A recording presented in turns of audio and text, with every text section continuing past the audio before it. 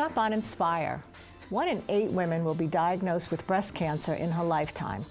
And Black women have a 40% higher breast cancer mortality rate, the highest of any U.S. racial or ethnic group.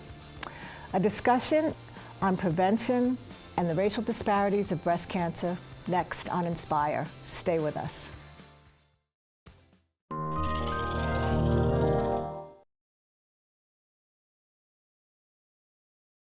Inspire is sponsored by Kansas Furniture Mart, using furniture to inspire conversation. And by the Blanche Bryden Foundation. The Friends of KTWU, honored to support programs and services that enrich the lives of our viewers. And the Raymond C. and Marguerite Gibson Foundation.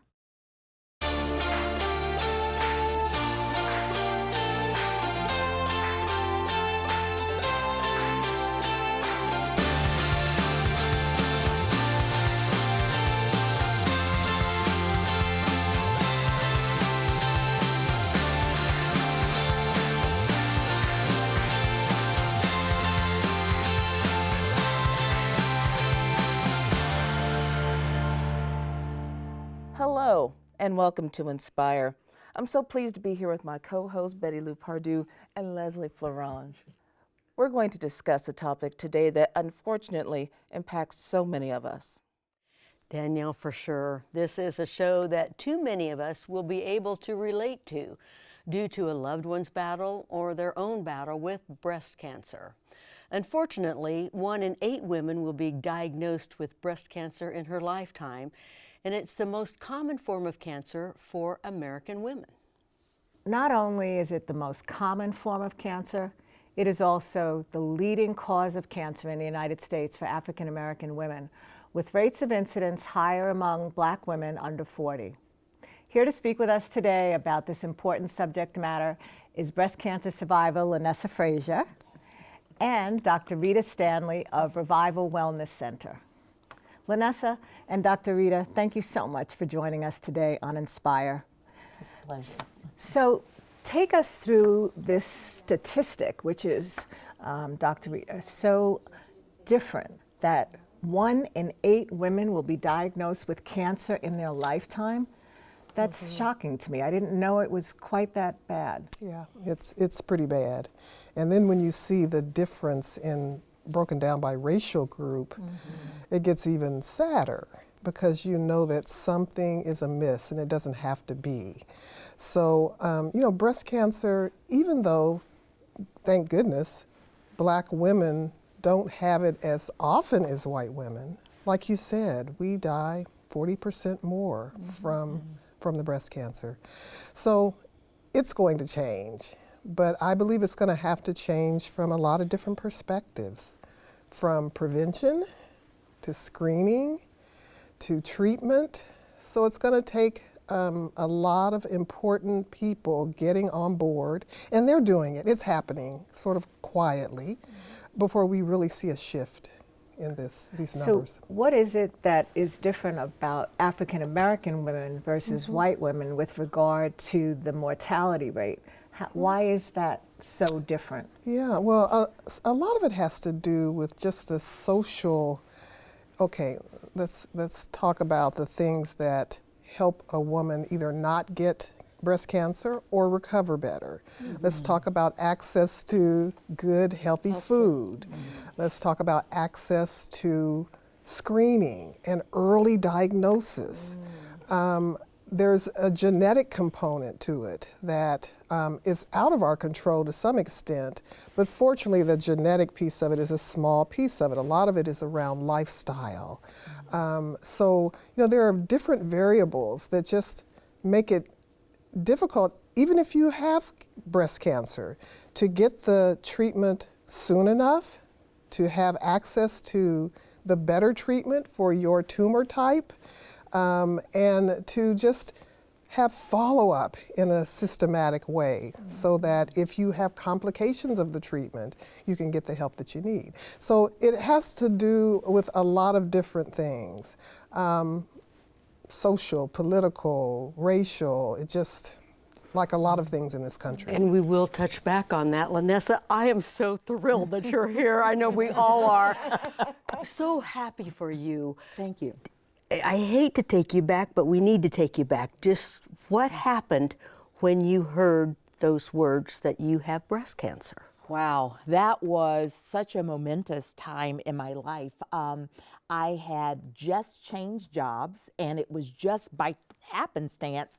At the end of a job, you have insurance that you need to use, and sometimes there is a break in insurance between one job and another job. And so as I was leaving my previous job, I went in to have all of my testing and screening done because I actually missed it earlier that year because I was with my mom who had just had a double bypass, and so I was with her and didn't have it done. So I went in to have the screening done, and literally 30 days to the day of me starting a new job here in Topeka, I received that call saying, you have breast cancer. Wow. And that was really scary. Had young kids in a new community, really did not know a lot of people here, and had no history within my family with regard to it. So it was really scary. It was a great, misnomer for me and my husband because we didn't know exactly what to even expect at that point. So it was a really frightening time. Fast forward here over a decade later, almost 17 years later, and I'm still here to tell the story and to help rally other women around just the things that Dr. Rita spoke about, making sure that they're using preventive care, making sure that they're receiving the screenings, and also participating if they're diagnosed, participating in the screenings and the actual opportunities for trials so that the next generation will have the opportunity to be well. Mm-hmm. So I take it you found it pretty early? Yes, it was relatively early. It was initially they thought it was stage 1B. And when they went in to do the double mastectomy, they actually found that it was not staged late enough. I was actually in stage 2B when they found it. And it was a mass behind the mass that they discovered. And fortunately, I had elected to have a bilateral mastectomy. It was only discovered on one side, but I was like, if we're going in, we're going to get it all taken care of. We're doing everything in one fell swoop. We aren't doing, a little bit here and a little bit there. We wanted to get it all taken care of. So I did have a prophylactic mastectomy, and that's what they found, fortunately. Did you choose to have chemo, radiation? Talk to us about what the aftercare was like. Well, it wasn't really a choice. My oncologist decided that the best route for me was to do chemo and radiation. Okay. And I did chemotherapy first, and I was living in Topeka, did chemotherapy in the Kansas City area, and pretty much had a routine where I could work on the Monday before chemotherapy, had chemotherapy on a Tuesday, worked half day on that Wednesday, and was out that Thursday, Friday, Saturday, Sunday, and went back to work on that Monday. Now, that's not a schedule I would definitely recommend for everyone, but it worked for me and my family, and I did chemotherapy for several months, took a little hiatus, and then started with radiation for several months after that. You were able to work with all of that going on? Yeah. Wow. I was. Wow. I was. My Yeah. goodness. Wasn't fun. And I would not necessarily recommend it for everyone, but it worked for me and my family and what I was doing at the time. And before we go to break, you talked about your family. Mm-hmm. It is essential to have that support group, is it not? Oh, absolutely, absolutely. I don't know what I would have done without that support group, and that support group didn't just include my family, my immediate family, because our daughters were relatively young during this time, but I had in-laws who would come in from out of town and bring food. I had church members who would come in and do the same thing. So when they say it takes a village, it truly takes a village in that instance to make sure that you're well taken care of. There are so many more questions that we have for both of you. We're going to take a short break and we'll be back to continue our discussion. Please stay with us.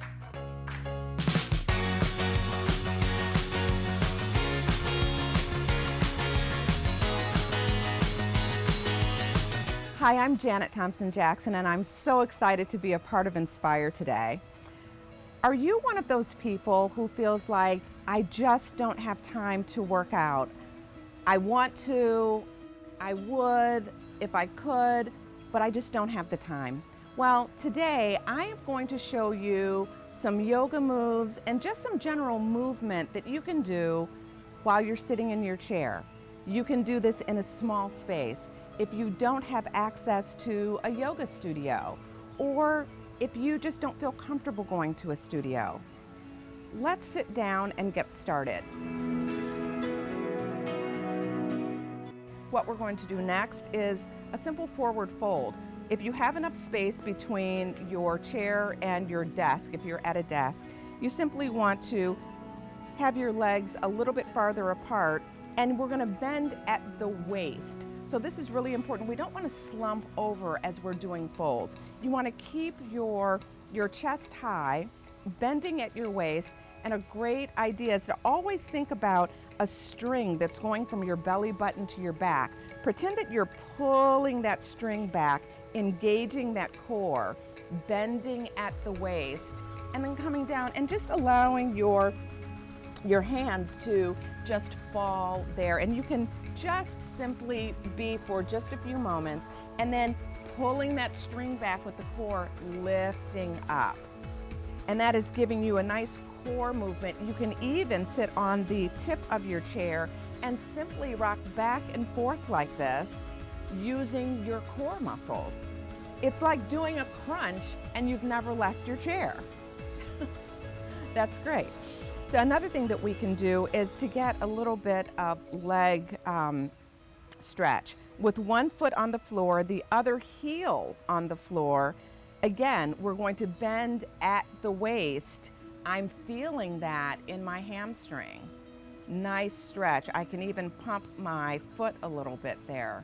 I'm feeling a very nice stretch. Again, you can do this pretty much anywhere. You don't have to have any equipment for any of this. You don't even need a yoga mat. And I'm going to now switch to my other leg. And you always want to make sure you're doing both sides so that you're nice and even. You're giving the love to both sides of your body. So that was for my hamstring at the back of my leg. To get a little bit of a quad stretch, I can simply lift my leg and holding my knee to my chest. And while I'm here, I'm going to do some ankle twists just to stretch out my ankles a little bit, give them some love. And I'm going to do the same thing here. All right. I'm Janet Thompson-Jackson, and I hope I've inspired you to replenish and restore.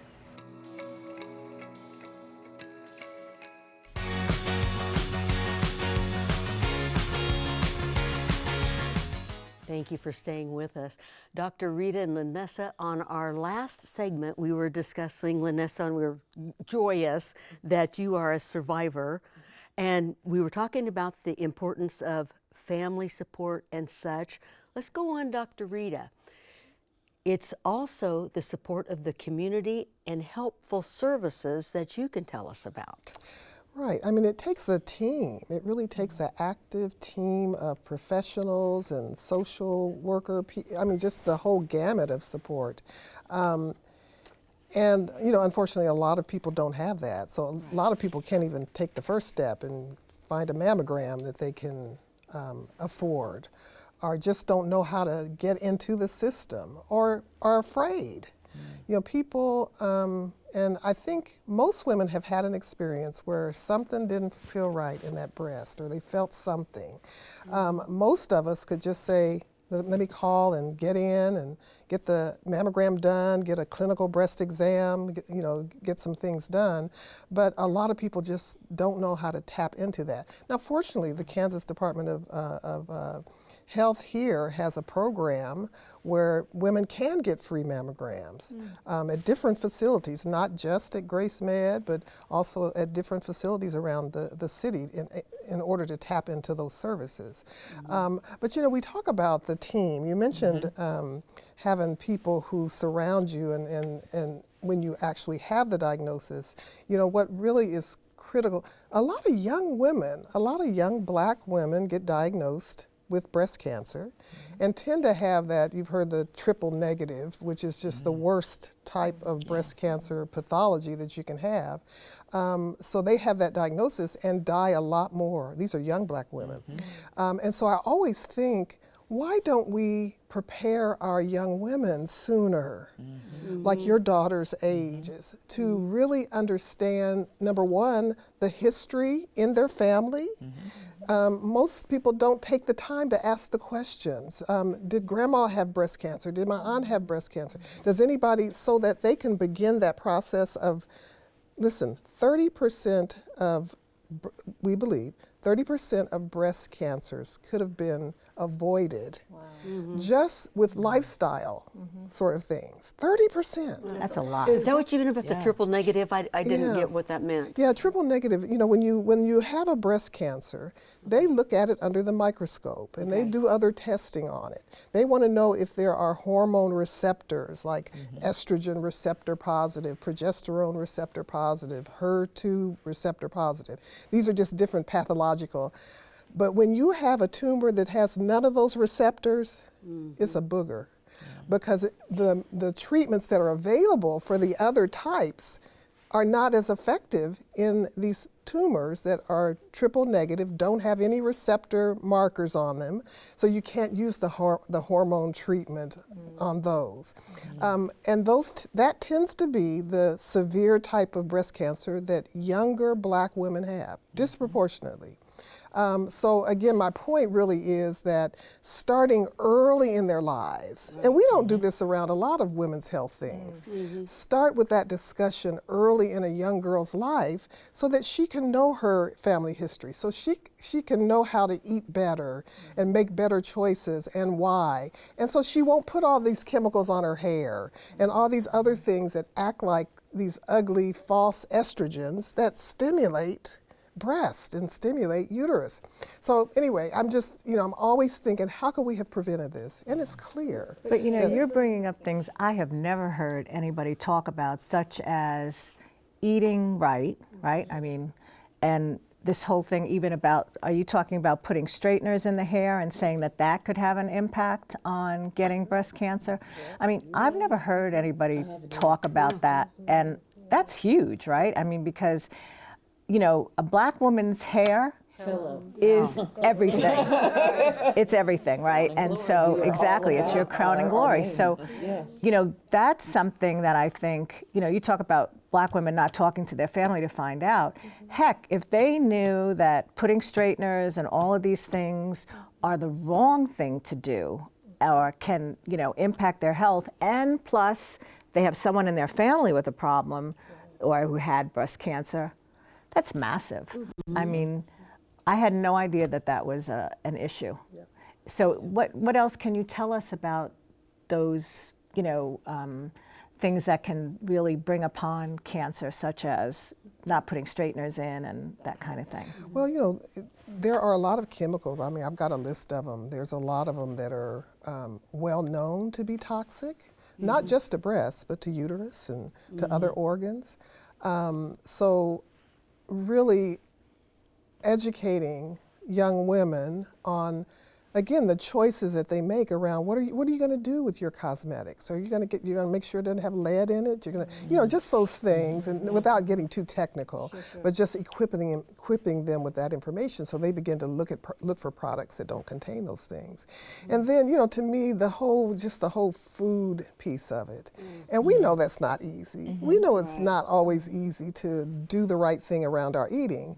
But I believe that when people hear, for instance, one of the biggest risks for breast cancer is inflammation, right? Inflammation is the root cause of every known disease. But cancer is one of them, breast cancer is one of them. Why do you get inflamed? Because you eat a lot of refined sugars and bread, and we know this kind of intellectually by now, but I don't believe that we really drive home the point that you really do have a choice around what doesn't mean that you can never have these things, but you ought to know that if you're going to eat bread and gluten and potatoes and rice and pasta all the time, there's going to be a consequence. The good news, though, is the inflammation's measurable. So why aren't we measuring inflammation? It's just part of our annual screen. And I think, to piggyback off of what you just said, I think a lot of people who have lower socioeconomic conditions will gravitate to those things because it's cheaper. And the things, and convenient, and it's what we know. And it tastes good. And it tastes good. And it's what we've grown up eating. And so how are we going to go and get something like, you know, like a guava or a rutabaga or something that's more healthy for us that may take more time in preparation, or we don't know how to prepare, that's healthier for us, when we know that a bag of chips is really cheap and we're working on the inside of the grocery store aisle as opposed to the outside of the grocery store aisle. So I totally hear what you're saying, because we know to do better, but it's easier to go on the inside of the aisles as opposed to the outside, because I know that people with a higher obesity rate have a higher morbidity rate. So, I mean, I'm totally hearing what it is that you're saying, which is... So, Linessa, when you did your lifestyle change, what are some things key takeaways that you can share with the audience, how your life has changed? You know, just like Dr. Rita said, first of all, making sure that you're knowledgeable, because nobody loves you like you love yourself. Amen. And so one of the best things that I did was, I come from a home where my mom was a nutritionist. So it's not as if this was foreign information to me. It was just actually enacting that information. And so speaking with doctors like Dr. Rita, learning things about my body and what I could do and what I needed to do, and actually doing those things. One of the things that I did just this year to make sure that I am consistently taking care of myself and able to be my best self, in addition to changing what I eat, the choices that I make, the food planning and preparation that I do to ensure that something is healthy when I want to reach for something. I hired a personal trainer, and one who could come to my home. And so when you have somebody coming to your home, there are no excuses. There are absolutely no bad gym days. It's like, I just can't make it in today. No, because they're showing up at your front door. And so making sure that I take those opportunities and make the sacrifices so that I could make sure that I am the healthiest me possible. Right. Accountability. Absolutely. Awesome. Well, Linessa, you are truly an inspiration and for all of us, and you give us hope in the battle against breast cancer. And Dr. Rita Stanley, thank you so much, ladies, for coming.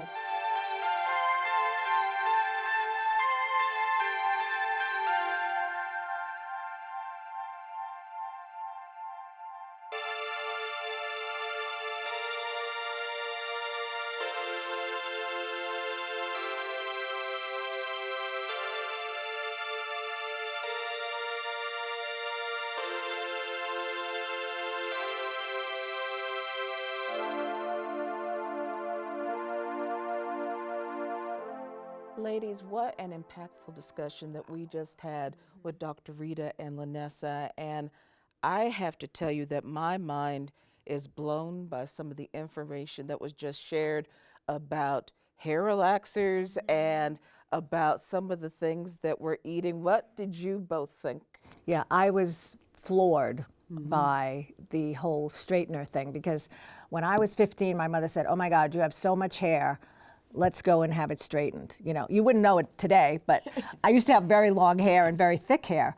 So that really freaks me out, because that was going on till I was, I don't know, 20, you know, and so that really freaked me out. And of course, I love my licorice. I love my candy. So, you know, sugar's bad for you. Right. But when you hear something like that, it really just emphasizes or re-emphasizes how you really need to eat, and also how upsetting it is to know that I'm at a higher risk level than, say, you, Betty Lou. And the gluten, that was something that I didn't know that had anything to do with cancer. You know, baked goods, all that type of stuff. Absolutely. Again, the whole sugar element, gluten and sugar. And I knew some of that because my best friend's husband had cancer for a long period of time. So they kept him away from as much sugar as possible. So I knew that. But again, we're talking about people who are in food deserts, again, in poverty situations, and they're not able to necessarily get the good stuff. They have only so much money. And then we're talking about not having insurance, not having proper care, not having preventative care. And so some people, you know, in terms of diabetes, they could be having diabetes and not even know that they're in that situation. So there's a lot of concern when it comes to people of color not having access to care to be able to even know these things. Healthcare is like the last thing on the list. You gotta keep your place where you're living, so you gotta pay your rent. Exactly. Right? You gotta take care of your kids and feed them. You gotta feed yourself. You have to take care of all your utilities and several other things. And then maybe, you know, you're going to get to the doctor yourself, but you got to take the kids to the doctor too. Exactly. So these things fall down the list, and thus you may not be diagnosed with breast cancer until quite late in the whole process. Exactly. I mean, Linessa was lucky to catch it in 2B. Right. Yeah, and then she had a mother who's a dietitian. She was able to afford, you know, someone to come and help, you know, be a life coach, whatever. But like you were mentioning, not everybody has that. In fact, the greater population does not. And then when you actually have access to those things, you got to make it taste good. Nobody's eating anything that doesn't taste good. Nobody, like we said, the rutabaga. Yeah. Nobody's going to be eating that if it tastes nasty. Right. Just saying. And if you're going through chemo treatments and this, that, and the other thing, it definitely doesn't taste good. Right. So Exactly. another issue. You guys, that's all we have time for today. Doggone it. But if you'd like to watch this program again or any KTWU program, you can do that online at watch.ktwu.org. And if you are so inspired to learn more about our guests, find out what is coming up on future shows, and get access to additional content, be sure to visit our website at www.ktwu.org/inspire. Inspiring women, inspiring breast cancer patients and survivors, inspiring you on KTWU. Thank you for watching.